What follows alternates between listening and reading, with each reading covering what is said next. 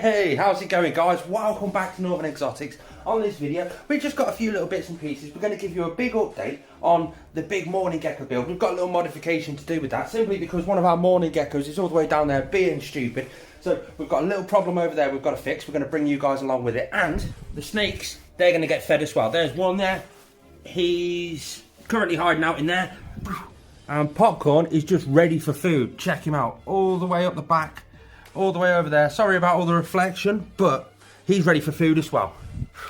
But first, what is the problem I'm getting with this bioactive Mourning Gecko build? We'll start with the update, shall we? As you can tell, we've got a lot of calcium sort of deposits that's given by the water. Now, we do have a misting system in here. Absolutely amazing. But it does go on the glass ever so slightly. But by God, it does do a good job. So, we've got to clean the glass. But the 2-month update is, check out the plant growth for starters. That's absolutely amazing. You've got the bromeliad popped out this one, but it's also popping out on the back corner. You can see it just behind there in the leaves. This plant here is really starting to blow up, but see this one? This is totally new. This comes from here. It goes all the way around the back wall and just sort of popped up there, just like saying hello. Got a little weeping Jew just up there. That's growing really well. But this one as well is also growing all the way down here, and it's just sort of dangling there. I really like that look just there, just like that. This one is growing, but nothing special at all. Now, if you haven't been here since the actual big build video, you'll notice the waterfall's not actually on. Well, why is it not on? Simply because they've laid eggs in the waterfall. Now, we did have the actual waterfall running for quite a while until we realised that. So we don't know whether those eggs are actually fertile, whether they're drowned or anything like that. There was cascading water over them. If you want to see the video when I actually did that, all you've got to do is click on the link just up there and that'll take you through to that video that we did.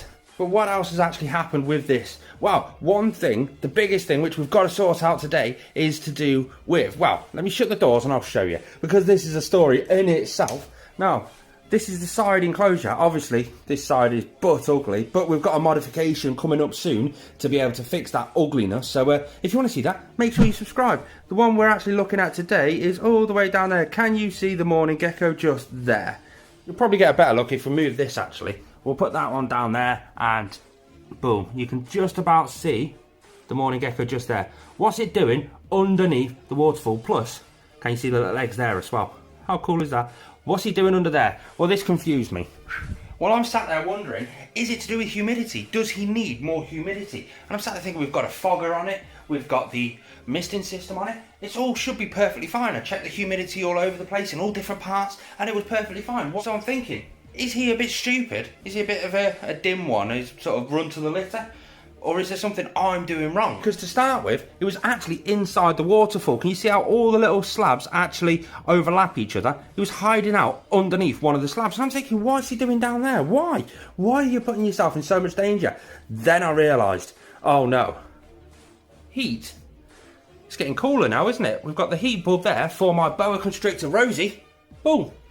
And he's basically trying to absorb that heat there. So what am I going to do to combat that? Because I don't want the Mourning Geckos down there. I don't want them to hide away too much. It's just dangerous. It's near the water. It's near the water pump. I don't want them to go down there. I'm going to add the heat source today. But to do that, I'm going to have to go to Sutton Pets and Exotics to be able to pick a heat bulb up to go into that unit and then wire it all up so that I've actually got heat coming into the top of the enclosure, which might actually help them with laying eggs in these 2 little cups that we've got here. We also need to buy some snake food, so let's go to Sutton Pets and Exotics. Can you believe that? Check it out, we've got a crack on the windscreen. That was come by a cheap little night away. Found a cheap hotel, it wasn't too far away, the fuel was cheap, everything was cheap, and then I go and crack my windscreen. It's getting that kind of year now where we need to have the heating on full, but check this out, as with every winter, the engine management lights come on. Oh God, I need to get some fuel as well, but check out this. We've got the sticker on the back of the car, look at that, check that out. Ooh. There's the Sutton Exotics van, that's what they're using for their home deliveries, but let's go.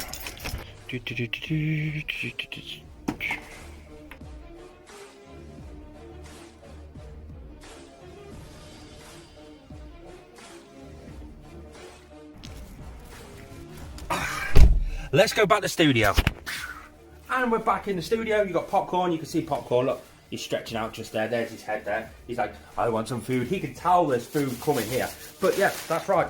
We have got rodent food from Sutton Pets and Exotics. Yes, England is in lockdown, but Sutton Pets and Exotics is actually staying open, and they're doing home delivery. Say the little old man walking around with his stick who goes in every day to get his little bag of parrot food. Sutton Pets and Exotics, they're staying open for that, and they'll do home delivery for those sorts of people. We also left a few stickers there as well, so if you want to go grab yourself a Northern Exotic sticker, there's a couple down at Sutton Pets and Exotics. While we're talking about stickers, we've also left some down here at Club More Reptiles in Liverpool.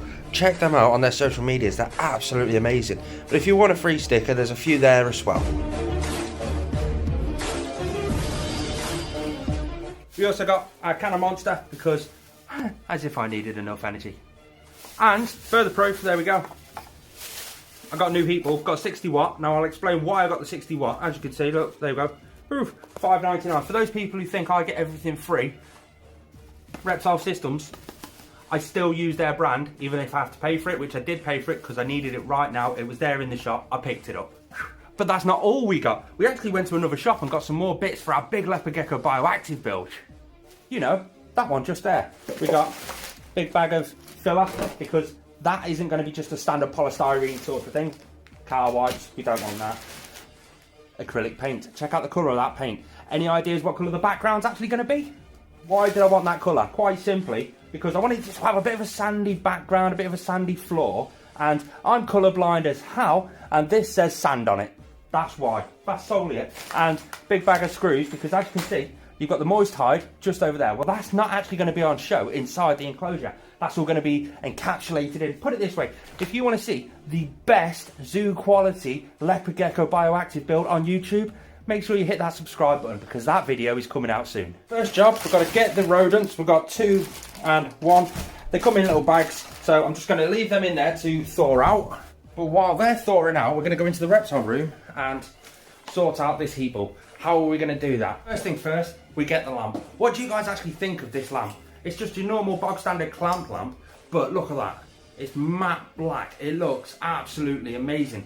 This is the black edition by Reptile Systems. I highly rate this item. Now, where am I actually going to plug this in? This may confuse a few people, but you can see just here, that's my Callus versicolor. He is on a 60 watt bulb at the exact same temperature that I want these guys at. So all I'm going to do is basically plug that into the same thermostat as that one. When that one cools down to the temperature where it needs to turn the light on, the thermostat will come on, turn the light on, but it will also turn this one on as well. And it will regulate this temperature exactly the same as that temperature there, provided I keep the basking spot exactly the same distance away from the heat source as that one is. It's just something simple, but it'll work. Let's see. Get the little basking bulb, again, screw it in.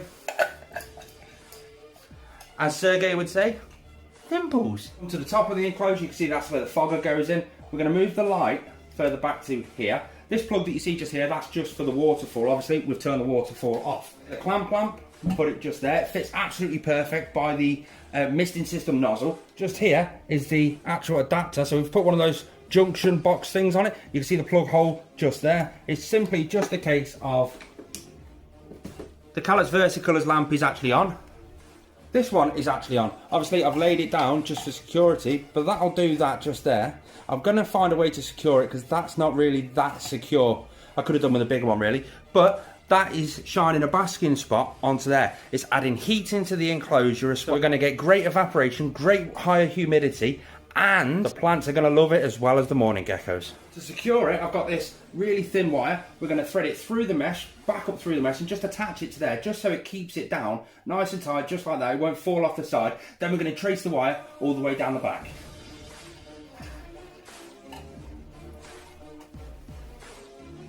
And then we just mount the ends just so that it doesn't all unravel on itself and all that sort of stuff. Now we just hide the cable. So now hopefully the mourning geckos will come out from underneath the actual waterfall and sit onto here. Do you know a great way of cleaning all this mess up? All you need is a razor scraper. It is just a razor blade. Nice sharp one. You can't use a blunt one. You will scratch your glass. Open the door.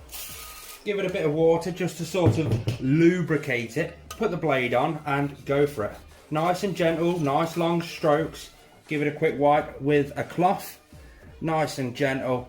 Then you end up with that. To be fair, I should have done that at the very start of the actual video and not just at the end. You would have been able to see a lot more. The eggs are doing just fine. Look at that, we've got 5 eggs in there. 2 over the back corner, 2 right on the side, and one just up there. When they hatch, they'll be going in a little enclosure just like this, or this amazing little mantid den enclosure that we've got. I've still got to build that up. But the babies in this one, they're doing absolutely amazing at the minute. Normally, I turn it around and they're down here again, trying to just face the heat, I guess. But we can't see them today, so we're going to drop them back down. There's the proof they both work. Check it out. There's Mushu. He's actually on his light bar at the moment, loving that. But when his came on, this one came up. Now we're going to get the temperature gun and check it. Don't you just hate it when it takes you like 25 minutes to find something and you just stumble across it randomly? Look at him. He's properly waiting for his food. Aren't you, popcorn, mate? Aren't you? I'm hoping he goes up into the tree because that's where he's been all day, and try and feed him in the tree. Here we go. Let's check it. On that platform just there, we've got 73. Up here, 75, 74s, 76 over there. 81 at the highest. So yeah, closest that the Mourning Geckos can get to the actual lamp is 81 degrees Fahrenheit. That's perfect. Let's feed some snakes.